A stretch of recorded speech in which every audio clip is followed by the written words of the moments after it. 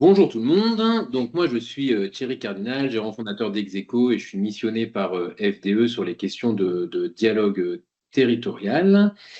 Je souhaite d'abord saluer l'ensemble des participants présents ce soir. Vous êtes nombreux et nombreux. Bonsoir aux élus locaux, parlementaires, aux représentants des services de l'État, aux acteurs économiques, aux acteurs industriels, à tous les partenaires scientifiques, à tous les acteurs des territoires, à tous les habitants également des territoires qui sont connectés ce soir. Bonsoir également aux actionnaires et aux investisseurs de FDE qui nous rejoignent pour ce temps d'échange. Merci à vous toutes et à vous tous d'avoir pris du temps ce soir pour être avec nous. Ce webinaire a finalement un objectif simple, c'est prendre du temps. Prendre le temps de faire un point d'avancement clair, qu'on espère pédagogique, documenté, sur les travaux qui sont actuellement engagés autour de l'hydrogène naturel en Lorraine. L'hydrogène naturel, vous le savez, c'est un sujet à la fois scientifique, technique, industriel, territorial, stratégique. Il touche à plein de connaissances, le sous-sol, la souveraineté énergétique, la décarbonation, l'innovation, la capacité aussi de la France à faire émerger de nouvelles filières. On va donc en parler ce soir et pour cela, nous avons le plaisir d'accueillir trois intervenants directement impliqués dans le sujet. Alors, nos intervenants ce soir sont Philippe de Donato, directeur de recherche au CNRS, Jacques Pironon, directeur de recherche émérite au CNRS, et Yann Fouan, en charge des relations publiques et des nouveaux marchés chez FDE, qui animera notamment les temps d'échange. Alors, quelques mots pratiques avant de commencer. Vous avez vu, vos micros sont coupés, j'en suis désolé, mais c'est vraiment pour garantir le confort d'écoute de toutes et tous. En revanche, je vous invite vraiment à utiliser le fil de discussion avec le petit onglet conversation que vous avez en haut de votre écran pour poser toutes vos questions tout au long du séminaire. On essaiera vraiment d'en traiter le plus grand nombre possible à l'issue de la présentation qu'on va vous faire tout de suite. Ce webinaire est enregistré, ce qui permettra à des personnes qui ne pouvaient pas être avec nous ce soir de pouvoir visionner ce qu'on aura pu se dire ce soir. Euh, Petit dernier message avant de passer la parole à Yann. Je vous invite vraiment à suivre, si ce n'est pas déjà le cas, la page LinkedIn de FDE, page LinkedIn sur laquelle vous trouverez toutes les informations et les actualités du groupe. Voilà, merci encore pour votre présence, pour l'intérêt que vous portez au sujet. Et je passe tout de suite la parole à Yann. Merci Thierry. Bonjour tout le monde. Je pense que vous voyez la présentation à l'écran. On va rentrer tout de suite dans le vif du sujet. Deux, trois sociétés de valorisation d'énergie en circuit court, notamment présents en France, en Belgique, mais avec une accélération depuis quelques années en Norvège, notamment autour de projets d'hydrogène, cette fois-ci vert, mais également de projets de biométhaniseurs de grande dimension. Alors aujourd'hui, on va se focaliser sur la partie hydrogène. On avait déjà fait un webinaire il y a quelques semaines sur l'hydrogène naturel.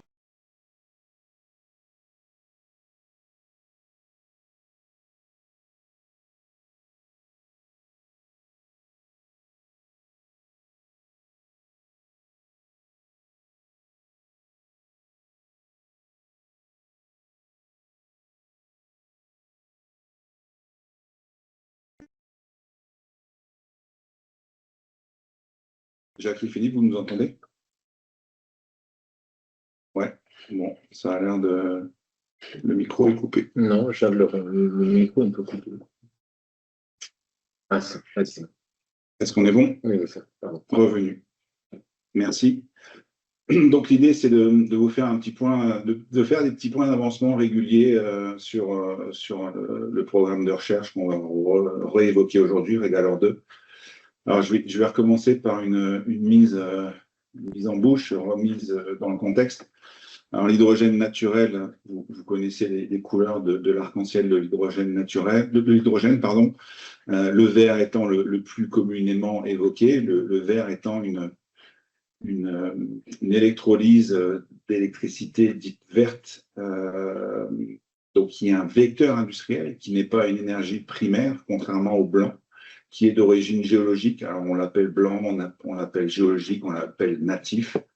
Mais voilà, c'est une découverte assez récente, puisque jusqu'en 2023, ce n'était pas quelque chose de considéré comme existant ou pouvant être trouvé à plusieurs endroits sur la planète. Donc, encore une fois, 2023, on est encore dans les balbutiements et on va vous expliquer, enfin, je vais vous expliquer dans les slides suivants ce qu'on a fait et où on en est. Alors, La découverte de cet hydrogène naturel s'est faite par le plus grand des hasards, et je pense que Jacques et Philippe, s'ils le souhaitent, reviendront dessus. Mais en gros, on travaillait sur un équipement qui s'appelle Sismog, qui est une sonde qui a été descendue dans des puits propriétés de Française de l'énergie en Lorraine. Et cette sonde, fonctionnant comme une membrane, avait pour objectif de séparer le méthane de l'eau. L'hydrogène étant une des molécules les plus petites de l'univers, l'hydrogène est venu passer cette membrane et d'une certaine manière contaminer les échantillons d'hydrogène, de méthane qu'on prenait. Et c'est suite à cette découverte qu'on est rentré un petit peu plus dans le détail. C'est ce que vous voyez en bas à gauche, avec des valeurs, des pourcentages d'hydrogène qui commencent à augmenter jusqu'à atteindre 20%. Alors pourquoi on n'est pas allé plus bas? Tout simplement, on était arrivé aux 1250 mètres de profondeur du puits de Folchvilla. Donc on va dire, fait plusieurs allers-retours avec la sonde, avec la conclusion que plus on descendait, plus présentation non visée, je vois. Plus on descendait, plus le pourcentage en hydrogène augmentait. Avec une estimation, mais je pense qu'on y reviendra tout à l'heure, qui a été faite d'environ 34 millions de tonnes. On parle de ressources estimées, on ne parle pas encore de réserves, on va y revenir juste derrière. Mais en gros, une découverte majeure du fait de la taille de l'aquifère dans lequel cet hydrogène est emmagasiné, puisque je vous rappelle qu'on parle d'hydrogène dissous en ce qui nous concerne. Alors ça, c'est une petite vidéo pour que vous ayez un petit peu en tête justement cet aspect dissous. On y revoit nos amis de Solexpert qui retirent la sonde. Et voilà, donc un échantillon, donc c'est un petit peu, on compare ça souvent à la bouteille de champagne. Au final, l'idée étant de séparer l'hydrogène directement dans le puits. L'idée n'étant pas de pomper toute l'eau contenue dans l'aquifère, mais de ne nous intéresser qu'à la partie gazeuse. Donc un petit peu comme la bouteille de champagne, on décapsule la bouteille, on laisse l'eau, on laisse la bouteille et on ne récupère que le gaz. Alors, à l'époque, il y a deux hypothèses, il y a une douzaine d'hypothèses, et Jacques et Philippe, vous me corrigerez, qui ont été imaginées, qui correspondent à toutes les façons dont l'hydrogène a été référencé au niveau mondial. Il reste deux hypothèses à regarder, considérer, à privilégier. Une réaction chimique entre l'eau et les minéraux, notamment le carbonate de fer. Donc ça, c'est dû à forte pression, haute température, et on a un phénomène d'oxydoréduction. Donc dans ce cas-ci, on parlerait même d'un phénomène continu et d'une ressource qui serait même renouvelable. Et option numéro 2, une réaction thermochimique, donc une espèce de craquage du charbon, toujours dû à des fortes pressions, haute température, mais qui cette fois-ci se produirait sur des temps beaucoup plus longs, voire géologiques. Alors, suite au programme Megalor 1 que je viens juste d'évoquer, a été décidé de lancer un programme dédié à l'hydrogène naturel. Donc là, cette fois-ci, on oublie le méthane, on oublie les puits existants.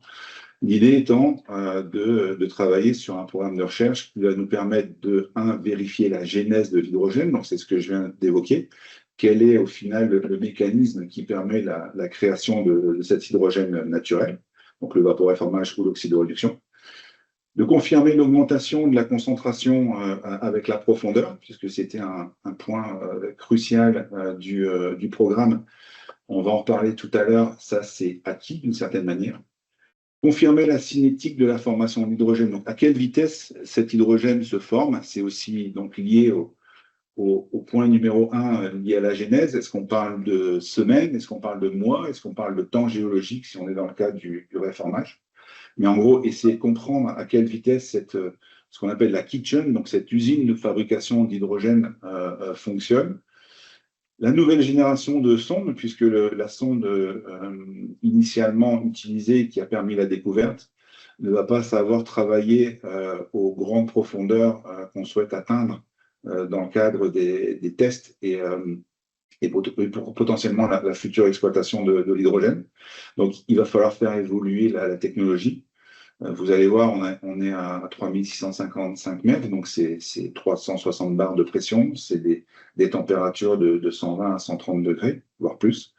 Et donc des équipements qui sont mis à rude épreuve et des équipements qui, aujourd'hui, sont des sondes de captage et de mesure et qui vont devoir, avec la technologie développée dans le cadre du programme, évoluer vers des outils de production. Donc, test de la nouvelle génération de sondes, c'est un peu le rôle de nos amis de Solexpert et de Saint-Gobain qui, eux, travaillent sur le design de cet équipement. Et ensuite, certifier les volumes en place. Je vous ai parlé de ressources tout à l'heure qui ont été estimées à 34 millions de tonnes. L'idée étant maintenant de certifier, alors ça se fait avec des organismes habilités, mais en gros, venir transférer, convertir cette ressource en réserve qui cette fois-ci a une valeur, qui est cette fois-ci on va dire un poids qui va permettre derrière d'envisager le meilleur moyen pour mettre tout cet hydrogène en production.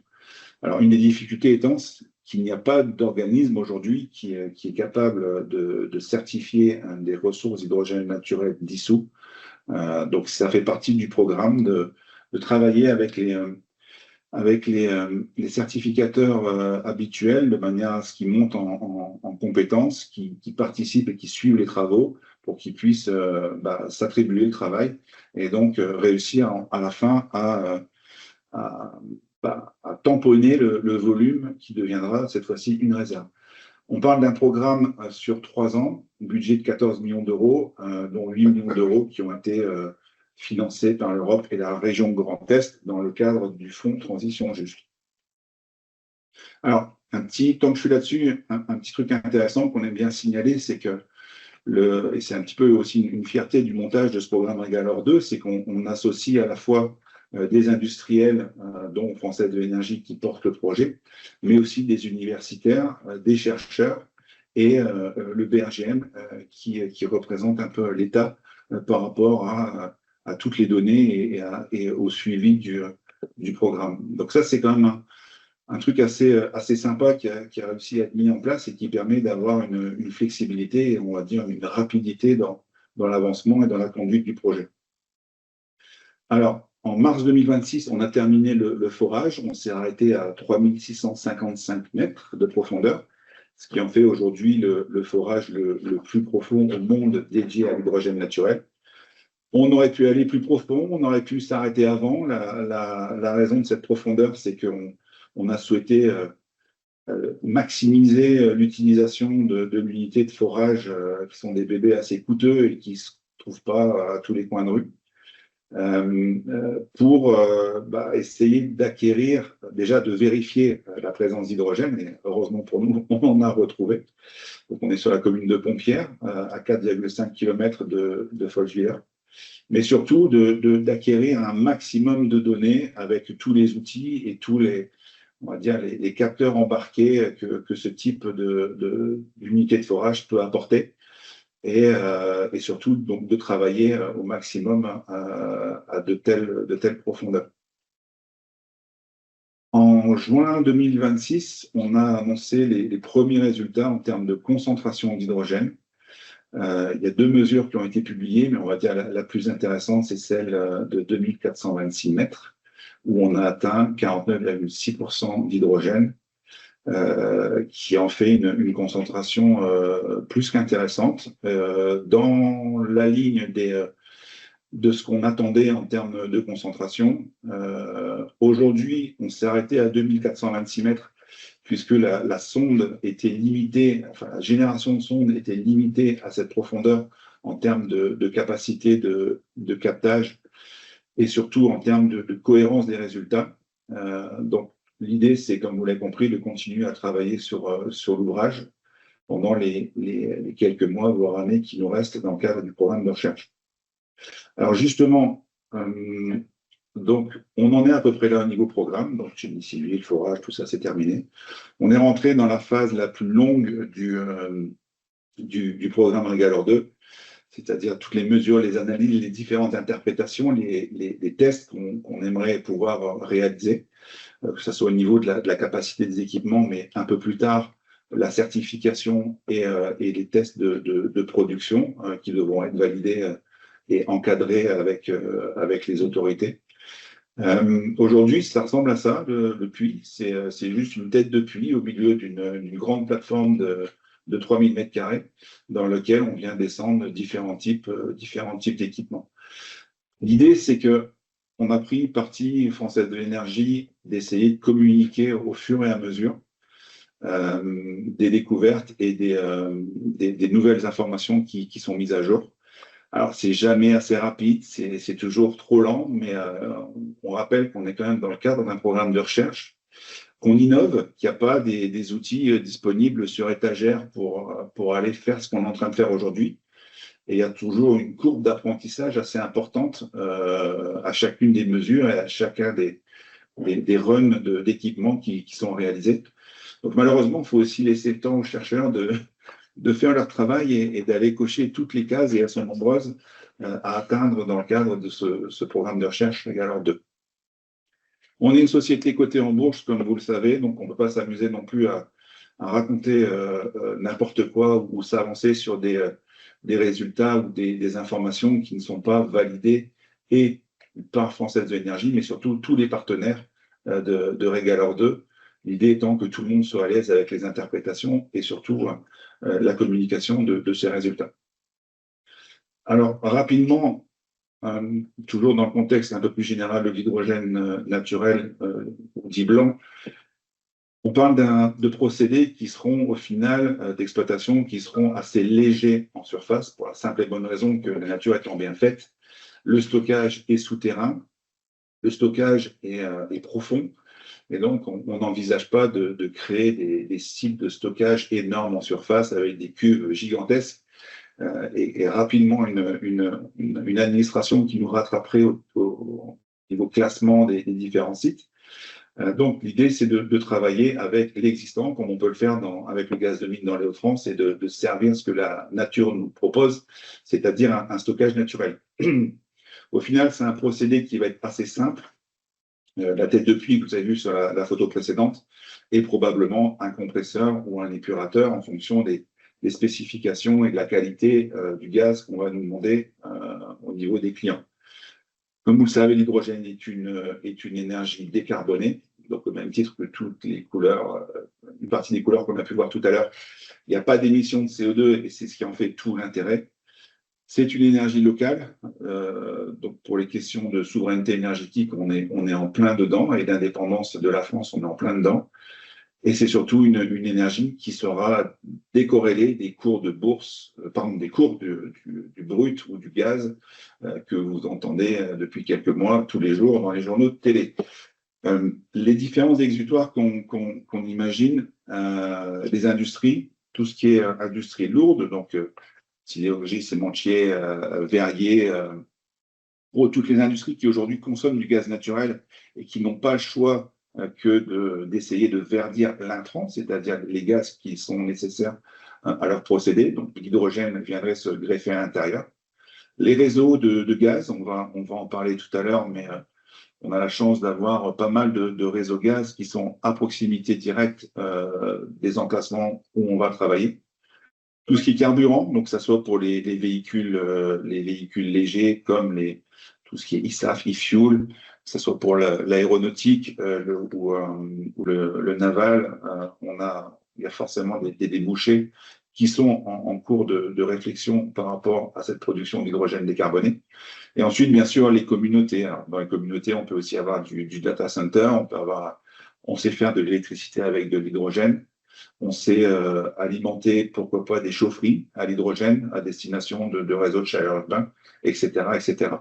Une des difficultés, mais on travaille avec les acteurs et les décisionnaires, c'est de s'assurer qu'on ait un cadre réglementaire pour réussir à exploiter cet hydrogène, pour la simple et bonne raison qu'on est encore dans le cadre de programmes de recherche et de développement.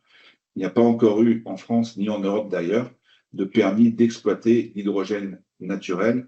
Donc, on a besoin, c'est-à-dire la prochaine étape, on a besoin de fédérer d'un point de vue politique et d'un point de vue décideur de manière à ce qu'on accélère dans le processus d'obtention de ces permis d'exploiter. L'objectif, et on va dire d'un point de vue technique, on sera capable de produire cet hydrogène fin 2018, voire début 2029. Donc c'est assez rapide puisque, comme vous l'avez compris, dans le cadre du programme Régaleur 2, on va pouvoir développer toute la batterie d'outils qui vont nous permettre à terme d'exploiter cet hydrogène. Alors, en parallèle du programme Régaleur 2, en janvier 2026, Française de l'énergie a obtenu un deuxième permis de recherche qui s'appelle le permis 3 évêchés, qui est beaucoup plus grand cette fois-ci. Il fait 2500 km² et qui vient couvrir l'intégralité de l'aquifère, enfin une bonne partie de l'aquifère, et qui s'arrête à la frontière allemande, puisque c'est notre législation côté allemand, mais qui va permettre d'aller regarder sur tout ce territoire le potentiel et bien entendu, avec au final l'objectif d'essayer d'exploiter cet hydrogène au plus proche des futurs clients. Alors ça, c'est une vue un petit peu dézoomée. Je vous l'ai évoqué tout à l'heure, on est par chance au milieu d'un nœud de projets de canalisation et de pipeline dédiés à l'hydrogène.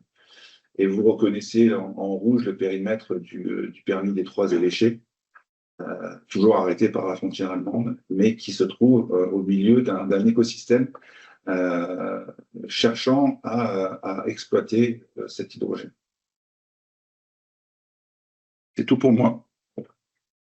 Merci Yann. Yann, ce que je te propose, c'est qu'on puisse passer la parole à Jacques et Philippe, peut-être à travers un jeu de questions-réponses. Jacques et Philippe, m'entendez-vous? Oui. Oui, on vous entend, mais on n'est pas sûr que vous allez nous entendre encore très longtemps parce qu'on est sous l'orage. Donc, il vient juste de démarrer. Donc, vous allez sans doute entendre la grêle qui fouette les vitres de la salle où nous nous trouvons. Ok, moi je vais, histoire d'entamer les discussions et je prendrai des questions du chat par la suite. C'est dans les questions qu'on nous pose souvent, ces 34 millions de tonnes qui ont été évoquées, comment vous en êtes arrivé à cette estimation? Alors, ces 34 millions de tonnes, elles reposent sur l'évolution. On a pu tracer l'évolution de la concentration en hydrogène naturel de 500 mètres jusqu'à 1200 mètres de profondeur. Et on a une évolution linéaire de la concentration en hydrogène. Cette évolution linéaire veut dire qu'on a une diffusion linéaire de l'hydrogène qui se fait dans la partie supérieure du Carbonifère. À partir de là, d'un point de vue thermodynamique, on est autorisé à prolonger cette droite de linéarisation. Et c'est ce qu'on a fait jusqu'à 3000 mètres de profondeur. On n'est pas allé au-delà. Simplement, on a doublé. On avait 1200 mètres de mesure. On a rajouté pratiquement 1600 mètres de données extrapolées. Et à partir de l'évolution de cette concentration, qu'on peut estimer jusqu'à 3 km de profondeur, eh bien, on a calculé la concentration d'hydrogène dissous, sachant qu'on a affaire qu'à l'hydrogène dissous. Donc, cet hydrogène ne se trouve que dans la porosité du sous-sol. Donc, on connaît la porosité du Carbonifère, c'est 7%. Et on a pris l'étendue du Carbonifère lorrain, qui fait à peu près 16 000 km². Donc, vous voyez, 16 000 km² de surface, 3 km de profondeur. On a calculé le volume. Dans ce volume-là, on a pris seulement 7%, puisqu'il n'y a que 7% de ce volume-là qui est rempli d'eau. Et à partir des données, eh bien, on a pu estimer une concentration d'hydrogène dissous dans ce volume d'eau-là. Et on arrive à cette estimation de 34 millions de tonnes d'hydrogène dissous présents dans ces 16 000 km² de 0 jusqu'à 3000 mètres de profondeur. On n'est pas allé au-delà. On aurait pu aller au-delà. C'est l'objet de Régaleur 2. C'est l'objet du deuxième forage qui descend beaucoup plus profondément. Parce que le Carbonifère lorrain, d'un point de vue géologique, il fait plus de 6 km de profondeur. On est resté modeste, on est resté réaliste, on s'est limité seulement là, vraiment la partie superficielle du Carbonifère. Et Ok. si on est intéressé par la partie superficielle, je rajoute juste un petit mot, c'est parce qu'en fait, la porosité diminue avec la profondeur, hein, en règle générale. Donc, ces 7% de porosité, ils ne sont pas sortis du chapeau comme ça. C'est des données qu'on a pu acquérir depuis longtemps, depuis le début des années 60, grâce à quelques forages profonds. Il n'y en a pas eu beaucoup, mais il y en a eu quelques-uns qui ont été faits dans la région et qui ont permis ensuite de carotter la roche, de pouvoir la remonter en surface et de pouvoir faire ces mesures de porosité. Donc, ce sont des mesures moyennes à l'échelle du bassin qui ont été retenues autour de 7%. Alors, une question qui nous revient souvent également, c'est pourquoi on n'a jamais détecté cet hydrogène en surface et pourquoi ça a été fait dans le cadre du programme Régaleur 2. Et voilà, si vous pouviez peut-être revenir un petit peu sur pourquoi on s'en est jamais aperçu avant, hein, étant donné les quantités qu'on évoque.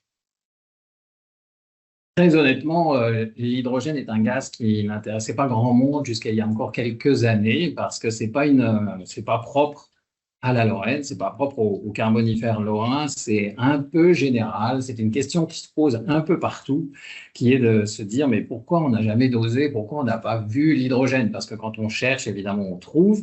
Ça, c'est notre devise. Et évidemment, on peut trouver de l'hydrogène un peu partout, mais très souvent, on ne disposait pas, en tout cas lors des explorations passées, des outils qui permettaient notamment de caractériser l'hydrogène. Donc très souvent, l'hydrogène ne faisait pas partie des gaz que l'on allait détecter et analyser. Ensuite, il y a un autre élément qui est important sur la région Lorraine, c'est que c'est pas forcément parce qu'on l'a pas mesuré ou parce qu'on n'avait pas les outils. C'est aussi tout simplement, et ça on l'a démontré dans le cadre de Régalore, c'est que quand on fait des mesures dans les couches de charbon qui ont été la cible de toutes les recherches sur le carbonifère, on s'est intéressé à ces couches de charbon, on ne s'est pas intéressé aux formations autres et notamment au sable, au grès qui sont présents et qui sont en alternance avec ces couches de charbon. Eh bien, quand on mesure les gaz dans les couches de charbon, on trouve essentiellement du méthane. On est à plus de 95% sous la forme de méthane et l'hydrogène est en très, très, très faible concentration. Donc, on peut passer très facilement à côté et donc c'est assez normal que finalement, on n'ait pas détecté la présence d'hydrogène dans le carbonifère lorrain jusqu'à maintenant. D'accord. Une question qu'on avait listée, mais qui vient aussi souvent dans le chat. Donc, on parle de 49,6% à 2426 mètres, mais c'est quoi les autres composants du gaz qui a été mesuré? Alors, le gaz qu'on mesure, hein, qu'on a mesuré dans Fochwiller et puis qu'on a aussi mesuré aussi dans le nouveau forage PTH2 à moins 3600 mètres de profondeur, le reste des composants, c'est un gaz relativement pur. Le reste, c'est à peu près une cinquantaine de pourcents de méthane. Donc, vous voyez, hydrogène, 49%, 50% de méthane, et le reste étant essentiellement de l'azote, entre 4 et 5% d'azote. Il y a très peu de gaz annexes, d'autres gaz carbonés comme le propane, des choses comme ça, on n'en trouve pratiquement pas. Donc, on a vraiment 3 gaz majeurs, hydrogène, méthane et azote. OK. Pareil, on parle de concentration, mais d'une certaine manière, et on voit aussi des questions du chat par rapport à la production et au débit que pourraient donner les puits. Alors, je connais la réponse, mais je vais vous laisser la donner. Pourquoi aujourd'hui on ne communique que sur des concentrations et pas sur un débit, un flot et donc une dynamique au niveau de la ressource? En règle générale, sur la prospection d'hydrogène, dans le monde aujourd'hui, la plupart des équipes vont communiquer sur des pourcentages en fait molaires, qui sont des pourcentages donc d'hydrogène dans un mélange de gaz. C'est généralement les données qu'on va obtenir. Nous, on peut aller plus loin parce qu'on dispose notamment de la sonde Sysmog, qui était vraiment une révolution dans l'exploration du sous-sol, et qui nous permet d'acquérir plein d'autres données. Donc, on n'a pas simplement la donnée compositionnelle du gaz, Mais on sait par exemple, en fonction de la profondeur, quelle est la pression du gaz en question. Et avec l'outil, on arrive à déterminer que globalement, sur le forage PTH2, donc sur pompière, quand on est à 3000 mètres de profondeur, grosso modo, on doit actuellement, et je reviendrai sur le actuellement, on doit être autour d'une 50aine de bars de pression donc d'hydrogène. Donc l'hydrogène est sous 50 bars, ce qui évidemment nous laisse penser que avec la différence de pression entre l'hydrogène au fond, 50 bars, et la pression atmosphérique de 1 bar, on va pouvoir très naturellement faire remonter l'hydrogène en surface et pouvoir produire donc ces 50 bars d'hydrogène. Mais on est les seuls aujourd'hui à pouvoir fournir ce type de données, c'est-à-dire à préciser la pression d'hydrogène dans les formations profondes. Tu peux peut-être nous dire quelques mots on va dire, du futur outil qui s'appelle Sysprog, qui devrait être normalement descendu, on l'espère, dernier trimestre de cette année. C'est quoi l'objectif de cette évolution de Sysprog? En fait, Sysprog, l'objectif, c'est de rendre possible donc l'extraction de ce gaz. Bon, on l'extrait déjà aujourd'hui, parce que c'est bon aussi de le dire, puisque si on arrive à le mesurer et à qualifier donc le mélange de gaz, c'est parce qu'on réussit à l'extraire avec la sonde Sysmog déjà. Son objectif, c'était pas forcément le premier objectif, mais en tout cas l'objectif aujourd'hui, c'est de pouvoir collecter du gaz, alors dans des petits containers hein, qui sont inférieurs à un demi-litre en règle générale, qu'on va pouvoir remonter en surface et on va pouvoir en faire l'analyse. Donc on montre bien qu'on est capable d'extraire de l'hydrogène, ou en tout cas le gaz, qui contient donc beaucoup d'hydrogène, et de pouvoir l'analyser en surface.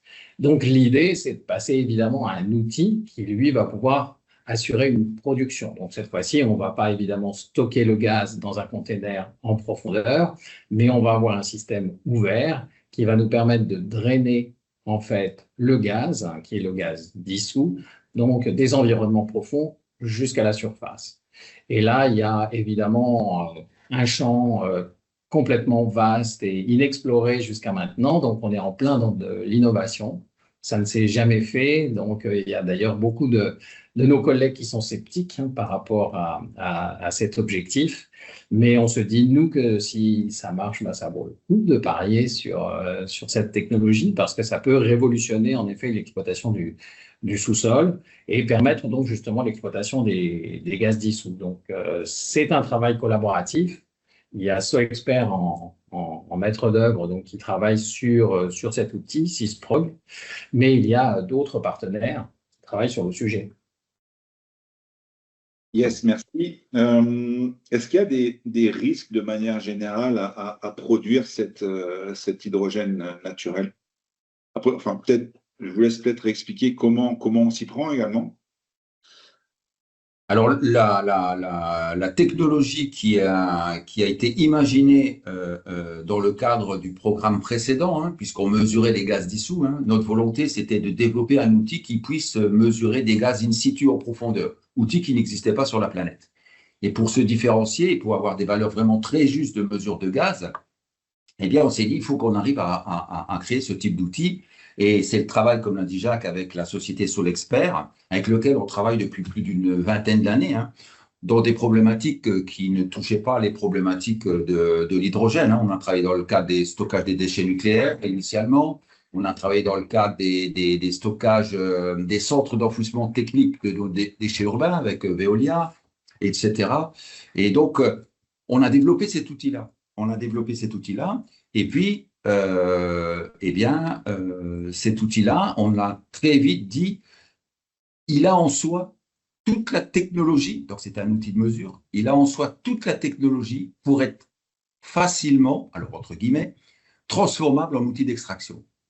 Et cette extraction, Yann vous l'a dit en introduction, on reprend une bouteille de champagne, vous voyez le verre de la bouteille de champagne, vous voyez l'eau, vous voyez les bulles de gaz à l'intérieur de la bouteille de champagne. On ne touche pas au verre, on ne touche pas à l'eau, c'est-à-dire on ne remonte aucune matière, ni solide ni liquide, et cette sonde va extraire sélectivement le gaz, et la différence de pression fait que le gaz va naturellement remonter vers la surface. quand on parle d'extraction de ressources gazières, on ne peut pas faire avec cette technologie moins traumatisant pour l'environnement que ça. On ne touche rien, en plus, on va faire au travers de puits. Les puits ne vont pas être importants, ils vont avoir une vingtaine de centimètres de diamètre. Vous vous rendez compte? On ne remonte ni d'eau ni de matière, on remonte que le gaz. Eh bien, ça aussi, c'est un vrai jump technologique dans l'extraction de ressources gazières. Alors, les gens sont souvent préoccupés par la phase de forage et notamment la traversée des nappes phréatiques qu'on croisera et qu'on croise partout sur la planète. Est-ce que vous identifiez un risque par rapport à ces forages et à l'exploitation de l'hydrogène en lui-même par rapport à ces nappes? Alors, au niveau du forage lui-même, on ne va pas spécialement innover puisque de toute façon, on va appliquer les règles.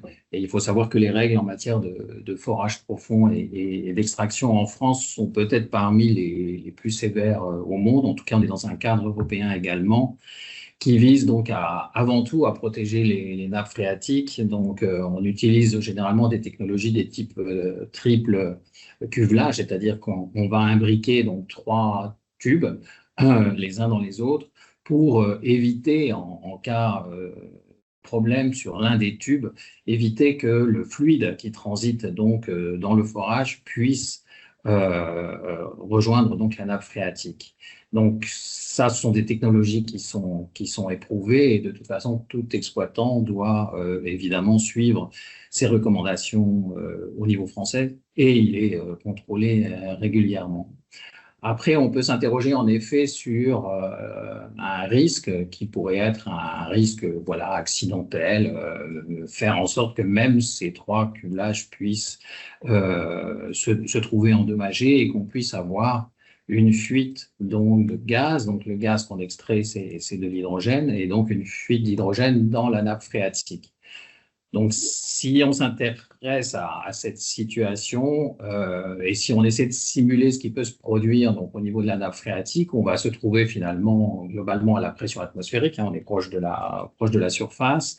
Donc, dans les conditions de pression atmosphérique, en fait, l'hydrogène dissous dans l'eau est en très faible quantité. Et aujourd'hui, il n'y a aucune recommandation dans le monde entier pour considérer qu'une eau enrichie en hydrogène serait toxique. Donc aujourd'hui, vous pouvez, en théorie, je dis bien en théorie, je ne vous propose pas de le faire, mais vous pourriez remplacer, je pense, le CO2 que vous avez dans votre bouteille d'eau gazeuse par de l'hydrogène, sans dommage particulier, évidemment, pour vous, à condition de ne pas l'approcher d'une flamme, bien évidemment. C'est le conseil que je donne, mais je ne pense pas que vous allez jouer à ça. Mais je rajouterais quelque chose. Il faut que les gens comprennent bien qu'on n'est pas dans une problématique d'extraction gazière classique, c'est-à-dire qu'on ne va pas aller chercher une poche de gaz qu'on va percer et ce gaz-là va traverser un aquifère vierge sans gaz dissous. On n'est pas du tout dans un modèle comme ça. Le gaz, l'hydrogène, il est déjà dans l'aquifère, puisque c'est de l'aquifère qu'on va chercher. Donc, le risque de pollution d'un aquifère, il est quasiment nul, puisque l'aquifère est déjà lui-même chargé en gaz, et les 49% du gaz, c'est ce gaz qui diffuse et qu'on extrait de l'aquifère. Donc, on a déjà de l'hydrogène dans tous les aquifères qu'on traverse. Ok, merci. Pourquoi on a foré aussi profond? Pourquoi on ne s'est pas arrêté? On l'a découvert à 1250 mètres, donc sur Feucht-Wieler, on était déjà à 20%. Pourquoi, d'une certaine manière, on a souhaité aller plus profond et à dépenser plein d'argent pour aller à 3655 mètres de profondeur? Là, ça rejoint la première question qui nous a été posée. Comment on estime ces 34 millions de tonnes? Et vous vous souvenez, la réponse, c'est de dire, bon, on a des mesures jusqu'à 1250 mètres, c'était le premier puits à Feucht-Wieler, et puis on a fait une extrapolation jusqu'à 3000 mètres. Eh bien, la raison, elle est là. C'est que pour valider cette extrapolation, il nous fallait qu'on soit capable d'aller faire des mesures physiques jusqu'à 3000 mètres de profondeur, d'où ce puits dans le projet Régalore 2, d'où ce puits à 3000 mètres à minima 3000 mètres, et vous avez vu qu'on a dépassé 3600 mètres de profondeur, et donc on va pouvoir aller faire des mesures encore plus profondément. Tout ça pour valider cette évolution de concentration, et un des premiers objectifs de Régalore 2, c'est valider les ressources potentielles en hydrogène naturel. Et dans ce que vous a présenté Yann, vous avez vu qu'à 2500 mètres de profondeur, on est à 49%.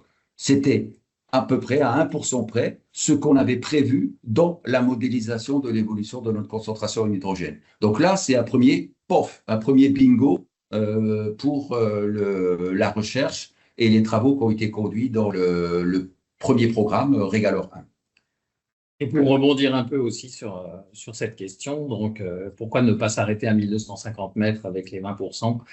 Eh bien, c'est parce que les 20% d'hydrogène et la pression d'hydrogène qu'on va avoir à 1250 mètres, à notre avis, ne sont pas suffisants pour envisager une extraction qui pourrait avoir un impact industriel et qui pourrait justifier en tout cas du développement de cette technologie. Je crois très clairement 1200 mètres, ça ne sera sûrement pas assez profond pour produire de l'hydrogène dans le futur, notamment de l'hydrogène dissous en aquifère.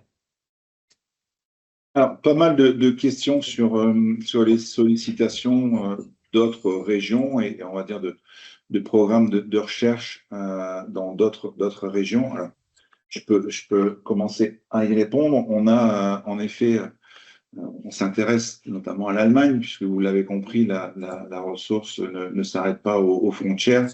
Et on pense trouver, du fait de la géologie très proche de celle de la Lorraine, des similitudes côté allemand. Donc, il y a forcément des discussions qui sont en cours avec l'Allemagne. Pourquoi pas un programme de recherche dédié. On a la même chose, ça commence à discuter avec les Hauts-de-France, puisqu'on est, vous l'avez compris, il semble y avoir quand même un lien assez important entre la présence de charbon et cette présence d'hydrogène dissous. Donc, de la Belgique, puisque comme avec l'Allemagne, un des bassins miniers, anciens bassins miniers wallons est commun avec les Hauts-de-France. Mais en effet, on se retrouve parfois avec des destinations un peu plus exotiques. On a, nous, Française de l'énergie, lancé un programme d'exploration aux États-Unis, puisque pour le coup, l'hydrogène dissous a déjà été détecté. Il n'avait pas de grand intérêt pour la simple et bonne raison que les Américains s'intéressent surtout au gaz, au pétrole et voire au gaz de schiste. Mais c'est un sujet qui les intéresse dans le sens où ils ont quand même une culture qui est assez différente de la nôtre en termes de valorisation du sous-sol. Je rappelle au passage qu'en France, on était quand même la nation championne du forage, mais une chose qu'on a oubliée il y a bien longtemps pour travailler plus à l'import de nos ressources naturelles. Alors que dans un pays comme aux États-Unis, il y a toujours cette culture de regarder ce qui se passe sous nos pieds avant de chercher à importer. L'hydrogène dissous avait déjà été identifié, mais comme vous l'a expliqué Jacques et Philippe, sans outils, parce qu'on reste encore aujourd'hui les seuls à avoir l'outil qui permet de séparer l'eau du gaz, et ben ces ressources n'avaient pas d'intérêt ou n'avaient pas de mode de valorisation industriellement possible. Donc, on travaille en effet et on accélère aux États-Unis et c'est le mot, puisque tout va beaucoup plus vite dès qu'on parle d'exploration du sous-sol aux États-Unis. On est aussi sollicité par des pays comme le Japon, comme la Corée, qui pensent aussi avoir des similitudes en termes de géologie. Et ce qui est intéressant, et là la question est plutôt pour vous, Jacques et Philippe, c'est comment vous imaginez la répartition de cet hydrogène naturel sur la planète? Ça, c'est une vaste question, donc je ne sais pas jusqu'où ça va nous mener. Alors, il y a une étude qui a été faite par les Américains, elle est sortie en 2025, je crois, dans Science Advances 2024, fin 2024 dans Science Advances, qui ont calculé les quantités totales d'hydrogène potentiellement présents sur notre planète Et donc, ils ont produit des chiffres sur la quantité totale d'hydrogène naturel présent sur notre planète. Et ils en ont conclu que si on exploitait une toute petite partie de cet hydrogène-là, ça correspondrait, ouvrez bien vos oreilles, à 200 ans de notre consommation mondiale. Donc voilà le théâtre de jeu. Donc voilà les potentialités qui se dessinent, et tout ça, ce sont des petites lumières qui clignotent au vert. Ça, c'est pour vous donner un contexte de l'hydrogène naturel sur notre planète. Ensuite, une des hypothèses qu'on a fait dans nos travaux, c'est que l'essentiel de cet hydrogène naturel sur la planète, l'essentiel ne va pas se trouver comme les gaz fossiles sous forme de poches de gaz. Parce qu'on n'en a jamais trouvé pour l'instant. Malgré toutes les phases d'exploration qu'on a faites pour les gaz fossiles, on n'est jamais tombé sur des poches d'hydrogène naturel. On pense que cet hydrogène est essentiellement sous forme dissoute. Alors, ça révolutionne un petit peu, mais pour répondre à la question de Yann, d'un point de vue géopolitique, ça bouleverse tout. Pourquoi? Parce que si c'est de l'hydrogène dissous, ça veut dire qu'il est présent dans l'eau. Et l'eau est uniformément répartie sur notre planète, en sous-sol, pas en surface. Même dans le Sahel, vous creusez, vous allez trouver de l'eau. Donc ça veut dire quoi? Ça veut dire qu'on risque peut-être d'aller vers une distribution beaucoup plus homogène de l'énergie sur notre planète que celle qu'on a actuellement, où les énergies, pour l'instant fossiles, 82% de notre énergie consommée dans le monde, que ces énergies fossiles sont localisées sur des pays qui ont le contexte géologique adéquat. Et bien là, bon, ça bouleverserait complètement la donne. Des trucs simples, on passe en Europe, l'Italie pourrait produire son hydrogène, l'Allemagne, la France, la Pologne, l'Angleterre, etc. Donc, on ne va pas aller plus loin, mais on a des bouleversements géopolitiques qui se dessinent avec tout ce que ça peut enclencher derrière comme mécanisme et comme lutte de domination au niveau international. Et on n'en dira pas plus parce qu'on reste quand même malgré tout des scientifiques et pas des scientifiques de science-fiction. Mais la question que tu poses, Yann, est intéressante parce que derrière ça, derrière cette cartographie en fait des acteurs et des pays qui pourraient produire de l'hydrogène demain, on doit évidemment réfléchir aux mécanismes qui sont à l'origine de l'hydrogène parce que c'est ça qui va conditionner finalement les zones d'intérêt où on va pouvoir faire de la prospection. Et donc l'hydrogène, c'est un peu particulier quand même, c'est un gaz qui est différent du méthane, qui est différent des gaz fossiles. C'est un gaz qui est réactif aussi, donc qui va réagir avec le milieu, qui va pouvoir se transformer et qui est produit par différents types de réactions. Donc, on a parlé tu as parlé, Yann, des deux hypothèses qu'on met en avant sur la région Lorraine. Pourquoi? Parce qu'on s'intéresse donc au carbonifère lorrain et que dans ce carbonifère lorrain, on a à la fois du charbon, donc qui peut être à l'origine donc de la production d'hydrogène, et on a aussi des minéraux qui sont des carbonates qui contiennent du fer à l'état ferreux, donc du fer 2+, qui peut s'oxyder en fer 3+, donc rouiller, hein, c'est le principe de la rouille. Et dans cette transformation, donc dans cette réaction qu'on dit réaction d'oxydoréduction, va déstabiliser la molécule d'eau et produire donc de l'hydrogène. Mais ça, c'est simplement si on s'intéresse évidemment au carbonifère. Si on regarde plus largement à l'échelle de la planète, on a d'autres mécanismes. Le mécanisme numéro 1, celui qui est à l'origine, fort probablement, de plus de 90% des recherches actuellement sur le globe, c'est un peu comme ce qu'on voit en Lorraine, mais ce n'est pas du carbonate de fer qui est mis en jeu cette fois-ci, ce sont des silicates de fer. Donc, ce n'est pas très différent, c'est le même principe. C'est une réaction d'oxydation de ces silicates de fer qui vont donc briser la molécule d'eau et produire de l'hydrogène. Ça, c'est vraiment ce qui est recherché à l'échelle de la planète aujourd'hui par toutes les équipes qui sont impliquées dans la prospection de l'hydrogène. Mais on a aussi d'autres mécanismes. Il y a un mécanisme important aussi qui est lié à la radioactivité. Donc, si on a de l'uranium ou du thorium dans le milieu naturel, eh bien, la radioactivité va produire ce qu'on appelle la radiolyse de l'eau, donc va briser la molécule d'eau et va produire donc à la fois de l'hydrogène et de l'oxygène. Donc là, on a en quelque sorte les principales sources donc, de l'hydrogène. Et donc, on voit bien qu'en fonction de ces mécanismes, eh bien, on touche à tel ou tel type de roche. Et donc, c'est ce qui va aider à la prospection. On va pouvoir cibler donc, des régions d'intérêt parce qu'elles seront soit radioactives, soit elles contiendront donc, des serpentines, soit elles auront du charbon, soit elles auront des carbonates de fer, et donc elles auront des particularités propres, mais toutes sont susceptibles de pouvoir produire de l'hydrogène. Ok, alors on a pas mal de spécialistes en ligne visiblement, mais avant de répondre dans le détail, on entend souvent parler du Mali. Est-ce que vous pourriez un petit peu nous recontextualiser ce qui a été découvert au Mali et pourquoi pas comparer avec le cas de la Lorraine? Alors, le Mali a été très longtemps, c'est à l'heure actuelle, au moment où on parle, on peut considérer que c'est le seul site de production industrielle ou locale d'hydrogène naturel sur la planète. Il n'y en a pas d'autres pour l'instant. Le Mali a longtemps été considéré comme un exemple de poche de gaz. Et on avait toujours pensé, et donc ça encourageait toute l'industrie gazière de rechercher des poches de gaz et donc des poches d'hydrogène. Et parce que le cas du Mali, c'était, on disait, ben voilà, on a une poche de gaz.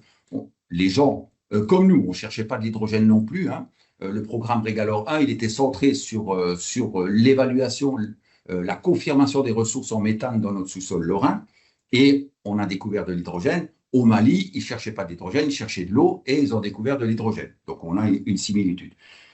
Mais les études toutes récentes ont montré que finalement, le Mali, le gisement malien, ce n'était pas du tout ça. En fait, c'était de l'hydrogène dissous qui était dans l'aquifère plus profond et simplement cet hydrogène-là dégazait et puis il y avait une toute petite poche en surface, plus ou moins étanche et donc du coup, avant que l'hydrogène s'échappe vers l'atmosphère, eh bien, ça faisait une zone de rétention d'hydrogène.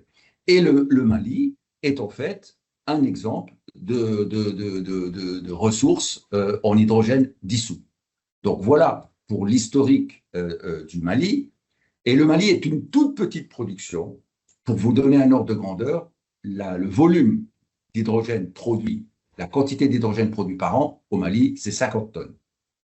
Alors, ne me demandez pas pourquoi. Alors, à partir du moment donné où ils ont découvert ce gisement, pourquoi ils n'ont pas produit plus.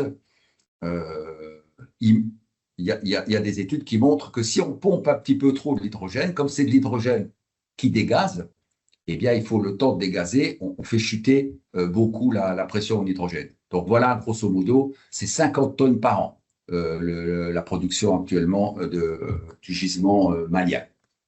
Et je pense que dans la géopolitique actuelle, puisqu'on a eu l'occasion de discuter avec le propriétaire de ce gisement, qui s'est d'ailleurs présenté à la présidence aussi au Mali, il s'est retiré aussi parce que actuellement la situation militaire et géopolitique au Mali est très compliquée et elle risque et elle évolue dans le mauvais sens. Voilà pour l'état du gisement malien et son devenir dans les années qui suivent. Ok, alors pas mal de questions sur la diffusion, sur les vitesses de production. Alors, je vais prendre cette réponse-là. En gros, comme vous l'avez compris, le programme Régalore 2 a un détail et il y a des objectifs à atteindre. En parallèle, comme j'ai évoqué tout à l'heure, on a Française Énergie obtenu un permis de recherche beaucoup plus large, qui s'appelle les 3 évêchés, sur lequel on envisage de lancer une campagne d'exploration sur l'intégralité du bassin. Ça veut dire quoi? Ça veut dire de capitaliser sur les connaissances qui ont pu être acquises dans le cadre des premiers forages, et notamment de Régalore 2, et de venir travailler à dérisquer les futurs forages qui pourraient avoir lieu sur la zone. Ça veut dire quoi? Ça veut dire potentiellement lancer des travaux de sismique. Alors pour ceux qui ne savent pas, c'est les camions à plaques vibrantes qui viennent envoyer des ondes dans le sol et qui permettent d'avoir une image de ce qu'on a sous nos pieds. À partir du moment où, dans le cadre de Régalore 2, on sait ce qu'on cherche, c'est d'autant plus facile en termes d'interprétation. Et c'est d'ailleurs, pour ceux qui ont suivi un petit peu le développement française de l'énergie aux États-Unis, ce qu'on vient de faire aux États-Unis, c'est-à-dire de lancer des campagnes de sismique de manière à aller chercher les indices qui pourront nous permettre de catégoriser encore mieux le réservoir. Dans le cadre de la Lorraine, on a la chance de travailler depuis 15 ans sur ce réservoir, puisqu'on n'en est pas à nos premières études. Et donc, c'est forcément un point à garder en tête. On connaît la géologie du sous-sol et on va pouvoir s'assurer qu'on soit le plus pertinent possible dans le cadre de ce programme de recherche. Alors, est-ce qu'il y aura des développements sur la plateforme de Carlin? Est-ce qu'il y en aura j'ai vu la mairie de Folchwiller. Tout ça reste encore à déterminer. Tout ça va, on va dire, commencer à se dessiner au fur et à mesure où on avance, au fur et à mesure des compétences qu'on va acquérir dans le cadre de Régalore et surtout des résultats de tout ce programme de recherche qui est en route. Apparemment, on a un problème d'enregistrement. Je sais pas si voilà, donc, quel débit, quelle quantité? Malheureusement, on ne va pas encore savoir répondre pour l'instant. Encore une fois, on a pris le parti de communiquer au fur et à mesure de l'avancement, mais il faut laisser aussi le temps à la recherche de faire son travail.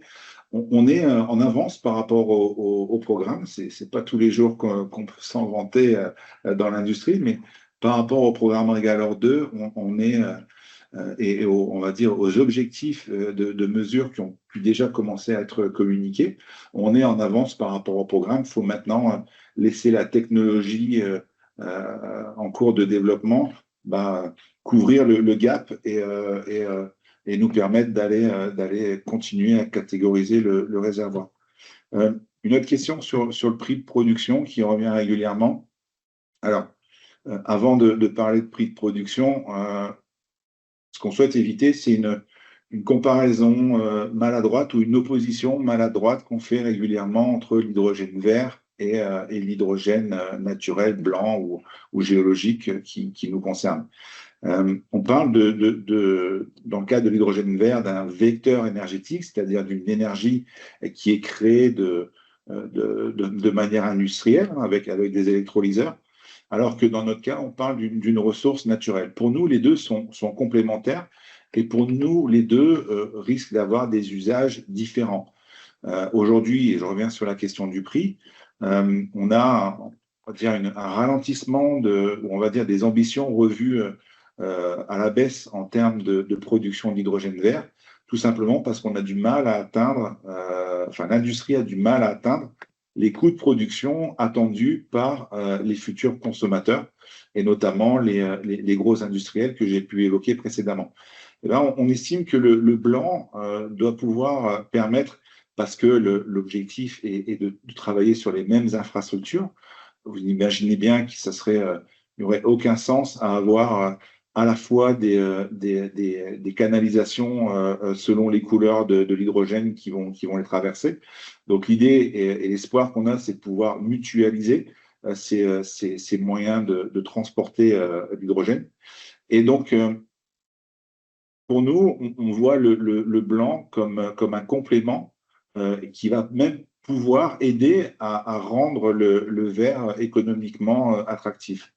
En termes de prix, alors on n'aime pas trop balancer des prix, mais pour avoir des ordres de grandeur, on pense être à 2-3 euros le kilo, puisqu'on parle de kilos lorsqu'on parle de coût d'hydrogène, versus un verre qui aujourd'hui, avec subvention, est plus aux environs de 8-12 euros le kilo. Alors, la partie transport ne concernera pas Française de l'énergie, puisqu'on est producteur d'énergie, et il y a des sociétés spécialisées dans le transport avec lesquelles on travaille, et notamment Terega dans le cadre de Régalore 2 qui s'intéresse aux à comment transporter cet hydrogène, mais on discute nous aussi au niveau européen, au maillage existant, à la diapositive que j'ai pu vous montrer précédemment, et à tous ces réseaux en cours de projet, voire même en cours de construction pour certains, et de travailler à quelles seraient les conditions pour qu'on puisse bénéficier de cette infrastructure et d'une manière mutualiser cette infrastructure avec la découverte d'hydrogène naturel. Voilà un petit peu ce qu'on peut vous dire par rapport au transport, à la mutualisation et au coût de cet hydrogène. Une autre question qui ressort souvent, c'est par rapport à l'aspect dynamique. Alors, je ne sais pas si vous allez pouvoir me répondre, Jacques et Philippe, mais est-ce qu'on estime que la qualité de l'hydrogène sera la même sur l'intégralité de l'aquifère et du coup, comment imaginer cet hydrogène se déplacer, se mouvoir au fur et à mesure qu'on le capte au niveau des différents puits de production? La question, c'est qu'est-ce qu'on appelle la qualité du gaz et de l'hydrogène? Nous, ce qu'on a démontré jusqu'à maintenant, en tout cas, c'est que, comme vous l'avez vu, quand on fait des analyses en forage, donc à la fois à Folgewiller et à Pompière, on a des proportions d'hydrogène qui varient et qui varient en fonction de la profondeur. Donc, plus on est profond et plus la quantité d'hydrogène augmente dans le mélange, et plus la quantité de méthane, qui est l'autre gaz dominant sur la région, diminue. Donc ça, c'est un élément intéressant. Alors, si on essaie d'expliquer pourquoi actuellement ça fait partie de réflexion au niveau de notre groupe et des différents acteurs de la recherche, mais globalement, on imagine que le méthane a été produit donc par la matière organique et par l'effet donc de la température qui, vous le savez, augmente avec la profondeur. Et on estime globalement que la zone préférentielle de production donc, du méthane doit se trouver aux alentours de 3,5 km de profondeur. Étant donné que, il faut le savoir quand même, le Carbonifère lorrain est une zone relativement stable finalement au cours des temps géologiques qui a assez peu évolué. Depuis 300 millions d'années, grosso modo, on est dans des profondeurs qui sont à peu près équivalentes. Et par contre, plus on va aller profond, plus on suspecte, nous, la source d'hydrogène. Donc pour nous, l'hydrogène, c'est un marqueur donc, profond de phénomènes qui vont se situer profondément, fort probablement entre 5 et 6 km de profondeur. Donc ça existe, ça explique pourquoi vous avez cette différence de composition donc, dans le mélange de gaz, avec un méthane qui va dominer donc, dans les parties supérieures de la pile, des formations, et puis l'hydrogène progressivement qui va devenir dominant plus on va aller profond. Donc c'est évidemment très intéressant. C'est à nous, en tant que chercheurs, de mettre tout ça en musique. Et pour mettre ça en musique, on est obligé aussi de passer par le laboratoire. Donc ça, c'est une phase dont on n'a pas parlé encore parce que, évidemment, c'est une phase qui demande pas mal de temps. C'est d'essayer de reproduire donc, au laboratoire ces mécanismes et ces phénomènes pour pouvoir justement caler à la fois en température, en pression, mais aussi dans le temps, ces mécanismes qui vont générer les gaz et faire la différence entre le méthane et l'hydrogène. Mais c'est ça qui va expliquer en fait la variabilité de composition du gaz en Lorraine. Et incontestablement, si on parle de qualité hydrogène, plus on ira profondément dans le bassin lorrain, plus on aura d'hydrogène dans le mélange. Donc, meilleure sera la qualité du gaz extrait. On est d'accord qu'il n'y a pas de, parce que je vais passer les questions au fur et à mesure, mais de composés soufrés dans cet hydrogène? Non, c'est une des particularités du charbon lorrain, c'est qu'on n'a pas de soufre et de produits soufrés au niveau du charbon. Ça, on le sait depuis longtemps, en tout cas. Donc, c'est un élément qui est évidemment très, très positif sur la région parce que le soufre est un pénalisant, bien évidemment. Ça s'explique pourquoi on n'a pas de l'H2S, donc de l'hydrogène sulfuré, et pourquoi d'ailleurs on n'a pas de CO2 non plus, pourquoi on n'a pas de gaz carbonique non plus dans notre mélange. C'est lié au fait que ces gaz qu'on appelle des gaz acides, donc sont détruits en quelque sorte dans le milieu naturel qui est un milieu très alcalin. En fait, le pH qui mesure l'acidité donc de l'eau est un pH qui est très élevé, hein, puisqu'on a mesuré nous un pH de l'ordre de 9. Donc 9, c'est relativement haut. Et dans ces valeurs de pH, ni H2S ni CO2 ne sont stables. Donc ça explique pourquoi sur le bassin lorrain, on n'a pas la présence ni de CO2 ni d'H2S qu'on va pourtant rencontrer dans d'autres bassins dans le monde où en effet le soufre souvent et le CO2 sont associés donc au gaz généré par le charbon. Alors, merci. Une question assez intéressante et qui est un petit peu à la mode. Une nouvelle couleur qui est en train de voir le jour au niveau de l'hydrogène, c'est l'hydrogène orange, qui est d'ailleurs pas dans nos présentations habituelles, et qui consiste à, en gros, créer cet hydrogène par injection d'eau, si je ne me trompe pas. Est-ce que c'est quelque chose qu'on souhaite regarder ou envisager dans le cadre de la Lorraine? Alors, sur la charte des couleurs, il faut savoir que depuis à peu près 1 an, les gens ne veulent plus parler, les milieux scientifiques, etc., ne veulent plus parler de ces histoires de couleurs, de ces couleurs d'hydrogène. Carboné, en effet. Donc, voilà. Donc, voilà, ça a été introduit, je ne sais pas comment, mais maintenant, tout le monde fustige cette charte des couleurs et ces différents types de couleurs associés au mécanisme de production de l'hydrogène. Alors, l'hydrogène orange, je ne sais pas exactement ce que c'est. Quand j'entends dire qu'on produit de l'hydrogène par injection d'eau, oui, on injecte de l'eau où? Dans le milieu, dans le sous-sol, en profondeur, je ne sais pas. Bien compris, il y a eu plusieurs hypothèses. Ouais.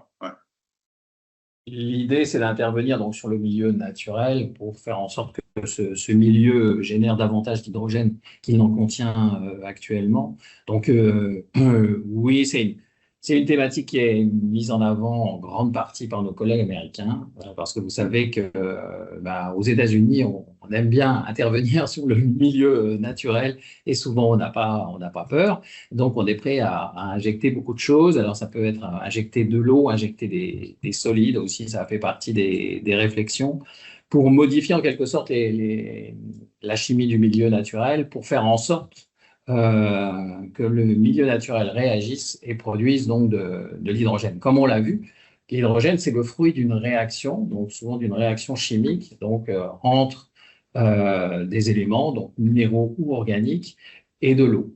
Et donc, il est assez naturel de s'interroger sur la possibilité qu'aurait donc l'homme de pouvoir intervenir donc sur le milieu naturel en injectant donc une eau ou un solide qui viendrait déséquilibrer le milieu naturel pour que la réponse de ce milieu naturel soit la production d'hydrogène.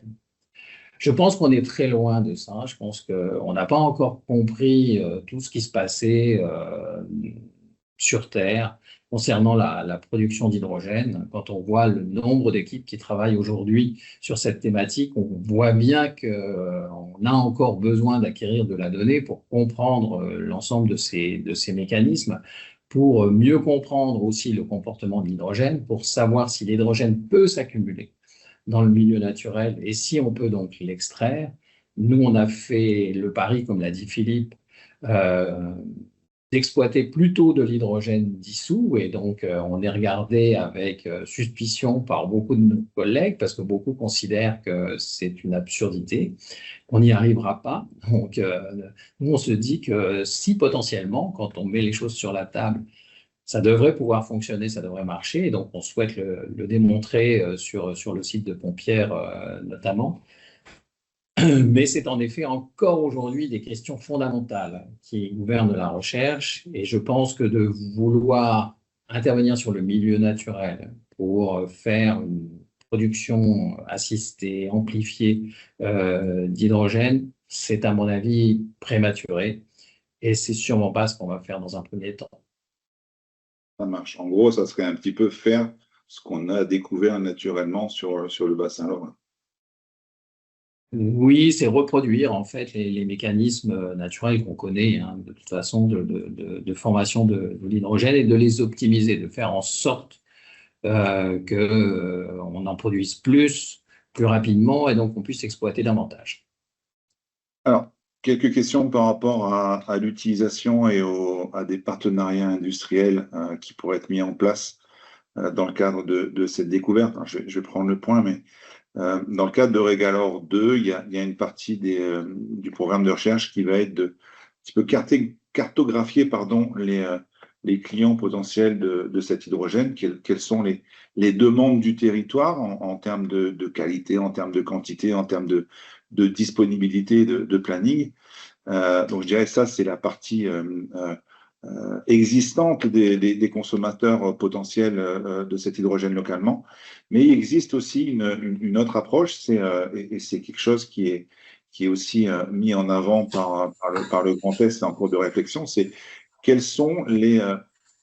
est l'attractivité dont le territoire peut bénéficier si on arrive à mettre à disposition une énergie locale, décorrélée des cours mondiaux en termes de prix, décarbonée, et en gros, y a-t-il pas un phénomène sur un bassin minier, mais qui a été aussi un bassin industriel, une réflexion à avoir par rapport à l'attractivité du territoire et à la valorisation, à l'exploitation de cet hydrogène. Donc, c'est des questions qui sont plus de l'ordre scientifique, mais qui sont quand même regardées dans le cadre du programme Régalore 2 et qui seront également adressées dans le programme de recherche, notamment des 3 évêchés, au fur et à mesure où on progresse sur les deux activités. En termes d'utilisation, parce que j'ai vu passer aussi une question là-dessus, encore une fois, comme on le disait, pour nous, mais peut-être qu'on se trompe, les premiers clients potentiels de cet hydrogène sont les grosses industries que j'évoquais tout à l'heure, donc cimentiers, sidérurgistes, verriers, qui utilisent aujourd'hui des quantités de gaz naturel, qui n'ont pas beaucoup de choix que de brûler des gaz d'intrants et sur lequel on peut imaginer un mix, voire une substitution avec l'hydrogène naturel qu'on a pu découvrir. C'est un petit peu ce qui se passe côté allemand dans la Sarre avec des positionnements assez agressifs au niveau des industriels pour valoriser un petit peu tous les hydrogènes qui vont pouvoir passer dans les tuyaux à destination de ces territoires.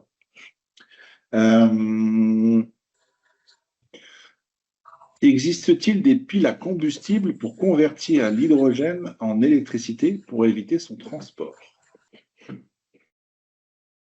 2 heures. Plus généralement parlant, est-ce que on imagine l'hydrogène comme l'hydrogène naturel pourrait être utilisé pour la mobilité légère, et notamment sur toutes ces réflexions au niveau véhicule, combustion, pile à combustible et consommation pour le transport. Alors, si dans pile à combustible, on entend pile à hydrogène, oui, c'est des axes de recherche qui sont développés, qui sont actuellement en cours, et c'est d'ailleurs une niche pour l'hydrogène, alors produit par électrolyse, donc l'hydrogène vert, puisque cet hydrogène-là, comme il est produit par électrolyse, si la qualité de l'eau est suffisamment bonne, eh bien, la pureté de l'hydrogène est du 99,9%. Et ça, c'est un critère pour l'instant, dans l'état d'avancée de la science, dans les piles à hydrogène, c'est une condition qui est demandée pour ne pas empoisonner les catalyseurs. Maintenant, De là à envisager un développement des piles à hydrogène à l'échelle industrielle et puis à multiplier les véhicules fonctionnant aux piles à hydrogène, il faut, je sais pas, j'ai employé la notion de catalyseur. Les catalyseurs, c'est des catalyseurs avec des métaux nobles. Bon, ce sont des ressources, les métaux nobles ne sont pas présents en quantité extraordinaire sur Terre, hein. Ils sont en plus utilisés dans d'autres applications. Donc voilà, pile à combustible, si c'est pile à hydrogène, c'est une voie d'étude. Il y a des gens qui travaillent actuellement là-dessus. On n'en est pas encore à un développement industriel des piles à hydrogène et en plus en mobilité dans des terrestres, dans des véhicules à une échelle moyenne ou grande échelle de mobilité. Donc, wait and see pour l'instant, hein. Oui, on peut imaginer aussi sur le transport quand même les moteurs à combustion classiques, hein, et de remplacer donc les hydrocarbures qu'on utilise aujourd'hui par de l'hydrogène. Ça se fait déjà, hein, ça se fait au niveau des camions, au niveau des engins de chantier. On en voit de plus en plus aujourd'hui qui vont fonctionner donc à l'hydrogène. Donc c'est une piste aussi de réflexion qui est importante pour les motoristes. C'est de savoir si on abandonne complètement justement les moteurs thermiques demain ou si l'hydrogène pourrait venir finalement remplacer les hydrocarbures et faire en sorte qu'on puisse utiliser donc à la fois donc, des piles à combustible, à la fois des moteurs thermiques pour le transport demain. Ok, une question récurrente. Donc, on parlait tout à l'heure des 34 millions de tonnes de ressources. Vous avez expliqué un petit peu comment vous avez estimé cette valeur. Quelle est pour vous la quantité d'hydrogène sur ces 34 millions de tonnes qui pourrait être valorisée? Je vous tends la perche par rapport à l'aspect renouvelable, qui est une des options qui est regardée. On est sur l'évaluation des 34 millions de tonnes, on est sur l'évaluation donc d'une ressource. Donc c'est une ressource globale c'est le stock en fait disponible d'hydrogène dans les formations géologiques en se limitant à 3 km à partir de la surface. Donc ensuite, derrière ça, évidemment, il y a la question qui revient un peu systématiquement, qui est de savoir si ou quelle est la proportion d'hydrogène qu'on va pouvoir réellement produire à partir de ces 34 millions de tonnes. Donc je pense que c'est aujourd'hui trop tôt pour tenter de répondre à cette question. Ça fait partie quand même des objectifs du projet Régalore 2, donc qui doit durer quand même sur 3 ans, même si on est en avance. On est en avance sur le programme, hein. Je pense qu'on ne l'a pas dit, et c'est quelque chose de très important parce que ce n'est pas si fréquent que ça, mais le forage a été réalisé plus rapidement que ce qu'on avait prévu initialement. Ça prouve tout l'intérêt d'ailleurs des partenaires du projet. Et évidemment, l'idée derrière tout ça, c'est de se poser évidemment des questions sur la production. Et on va faire des tests de production avec de nouveaux outils. Mais c'est pareil, les outils qu'on va déployer seront des versions bêta des outils de production. Et donc, il faudra sans doute attendre encore quelques années pour qu'on améliore les outils et qu'on améliore les rendements. Et à partir de ce moment-là, on sera capable de donner en tout cas une fourchette ou des indications sur ce qu'on pourra extraire. Après, un point qui est important, c'est que sur l'hydrogène dissous, on parle donc d'aquifères. Donc, l'hydrogène est contenu dans les aquifères. Les aquifères, ce sont, en règle générale, quand même de grosses machines, donc c'est très grand. On parle d'un aquifère à l'échelle d'une région. Et donc, ça veut dire qu'il faut aussi peut-être réfléchir autrement que ce qu'on a pu faire jusqu'à maintenant sur de l'exploitation conventionnelle de gaz, où globalement, on avait un réservoir de gaz qui était assez localisé, qu'on allait extraire et ensuite, on allait transporter ce gaz et le distribuer. L'idée si on part sur cette vision d'exploitation d'un aquifère, c'est la possibilité de rapprocher en fait la zone de production, donc le puits d'extraction, de la zone de consommation. Donc, c'est de réduire donc, le transport qui est pour le gaz quand même un élément clé et souvent un élément bloquant. Donc, on est sur un concept qui devient un peu différent du concept traditionnel. C'est très clairement sur la région, si vous êtes sur Bar-le-Duc et si vous avez besoin de développer une activité qui nécessite de l'hydrogène, il sera peut-être plus logique de forer sur la région et de produire de l'hydrogène sur la région. Et si vous êtes par contre du côté de Forbach, eh bien, vous ferez peut-être un forage localement pour produire l'hydrogène dont vous avez besoin. Donc ça, ce sont des concepts qui vont être complètement différents et qui vont faire l'objet de la suite et de la fin du projet Régalore 2, mais je suis presque sûr qu'il y aura un Régalore 3 en tout cas. Vu toutes les questions qu'on me pose, il nous faudra au moins ça. Ça marche, merci. Je pense qu'on a quelques luxembourgeois, belges et allemands sur le webinaire. Une question sur comment va se passer la répartition. Alors, je vais prendre le point. Comme vous l'avez compris, il y a les zones géologiques et les ressources ne s'arrêtent pas aux frontières. En ce qui nous concerne aujourd'hui, il y a eu parfois des plans qui ont été tirés un peu rapidement et des amalgames qui ont pu être faits entre la France, l'Allemagne, la Belgique et le Luxembourg.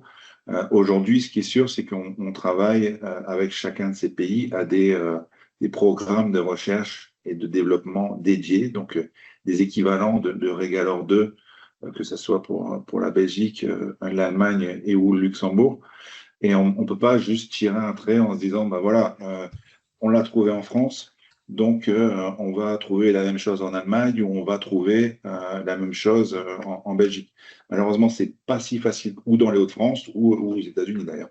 Malheureusement, c'est pas si facile que ça. C'est pas une science infuse et on ne peut pas juste faire un copier-coller des découvertes et des moyens de recherche d'un pays à l'autre. Donc, au cas par cas, on doit travailler déjà, et c'est toujours une priorité, sur l'existant, les données existantes, qu'elles soient données géologiques, qu'elles soient des plans qui ont pu être réalisés ou ne serait-ce que des échantillons qui ont pu être pris des fois jusqu'aux années 60. Et puis, garder en tête qu'on est sur des géologies qui ne sont pas toutes les mêmes. On parlait souvent du charbon qui sont de type continental pour la partie lorraine et allemande, alors que dans le cadre de la Belgique et des Hauts-de-France notamment, on est plus sur des sédiments, donc d'anciens fonds marins qui ont été, merci la tectonique des plaques, ramenés et transformés en charbon. Donc on ne peut pas juste se dire, voilà, on l'a trouvé à un endroit, on va trouver exactement la même chose à un autre. Il y a des similarités, clairement, le cas de l'Allemagne est en est une. Les charbons exploités en Allemagne sont proches de ceux qui ont pu être exploités en France, mais il faut savoir aussi que sur un bassin minier même, on a d'énormes variations en termes de qualité des charbons, notamment du méthane et probablement de l'hydrogène, et qui vont, vous imaginez, des systèmes en 3D, hein, et pas juste des plans avec des frontières et des territoires ou des permis qui vont nous permettre d'être catégoriques sur la possibilité de trouver ou pas. Maintenant, en termes d'exploitation, ça sera un peu comme partout dans le monde. Hein, encore une fois, les ressources géologiques ne s'arrêtent pas aux frontières. Donc, on ne pense pas à un moment que l'Allemagne va piquer le gaz du Luxembourg ou vice-versa et créer un contexte géopolitique assez compliqué autour de cet hydrogène naturel, même si la question est légitime. On est quand même dans le cadre d'une exploitation qui devra être faite au cas par cas, selon les politiques, selon les cadres de chacun des pays qui pourront nous accueillir.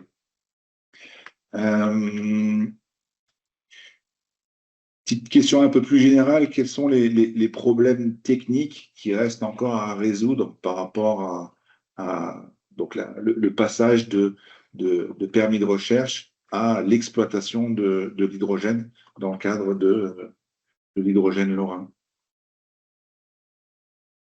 On a encore beaucoup de questions au niveau de l'exploration, donc qui n'est pas terminée, même si on a des indices qui sont très favorables. Il faut qu'on ait des outils, comme vous l'avez compris, qui aillent quand même de plus en plus profond, parce que l'hydrogène, c'est quand même une histoire de profondeur aussi. Donc, c'est un élément qui devient très abondant quand on est dans des formations assez profondes. Et comme l'a dit Yann, la problématique, évidemment, dans le milieu naturel, c'est que,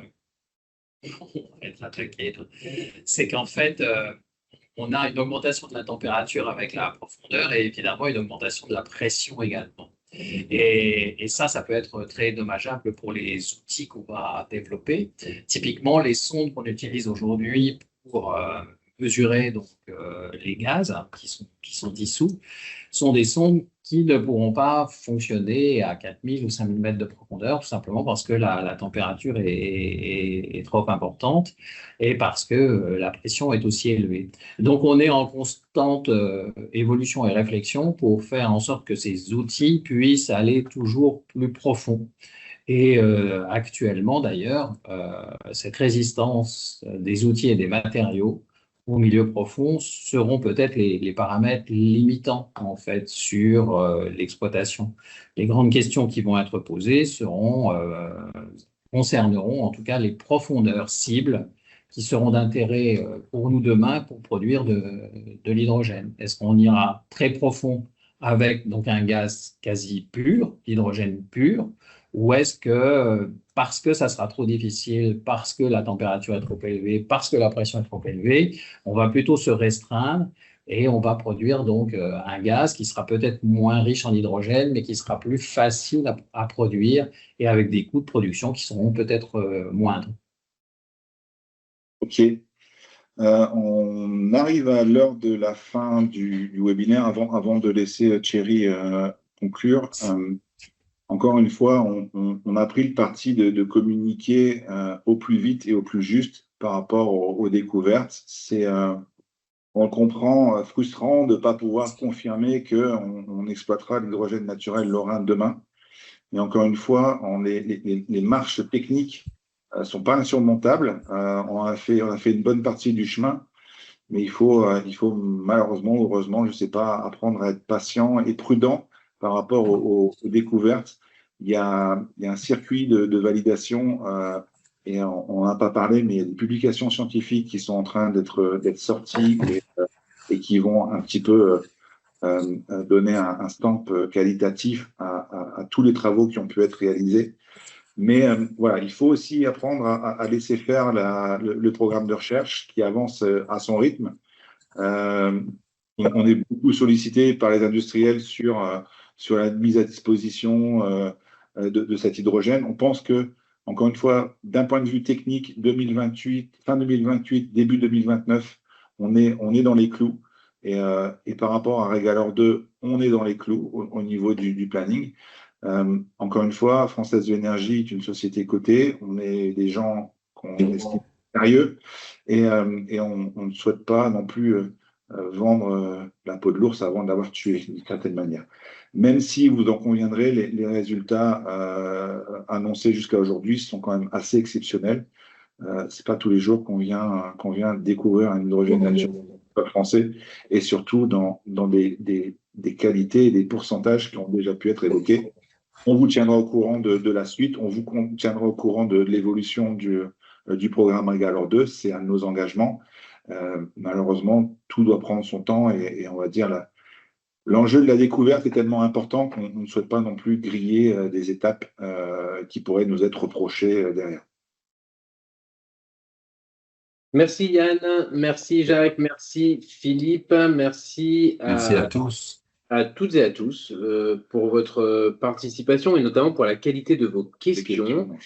Donc, je le disais, merci à vous les intervenants pour vos éclairages et pour la clarté de vos réponses. Je l'ai mis dans le chat, mais avant de nous quitter, n'hésitez pas à nous laisser un petit message dans la conversation pour nous faire part de vos avis sur ce webinaire. Les retours suite à ces supports et ces canaux de communication sont toujours hyper précieux, ce qui nous permet d'améliorer en continu nos formats et nos pratiques de communication. L'idée, c'est vraiment de pouvoir interagir en direct, en proximité, vous l'avez vu comme ce soir, et dans un souci de grande transparence. Vous posez les questions, on essaye d'y répondre. Quand on peut, quand on peut pas, on vous le dit, on peut pas, c'est soit trop tôt. Et voilà, par exemple. Voilà, merci encore pour votre présence. Très bonne fin de journée, pardon, à toutes et à tous. Bel été, bonnes vacances pour ceux qui ne sont pas encore partis. Bon retour pour ceux qui reviennent. Et à la rentrée, et je conclurai encore une fois en vous disant, n'hésitez pas, enfin, en fait même pas, plus que n'hésitez pas, suivez s'il vous plaît la page LinkedIn de FDE. C'est à cet endroit que vous avez l'ensemble de l'actualité et les invitations au prochain webinaire. Merci beaucoup à toutes et à tous. Au revoir tout le monde. Au revoir. Merci, bonsoir. Bonsoir.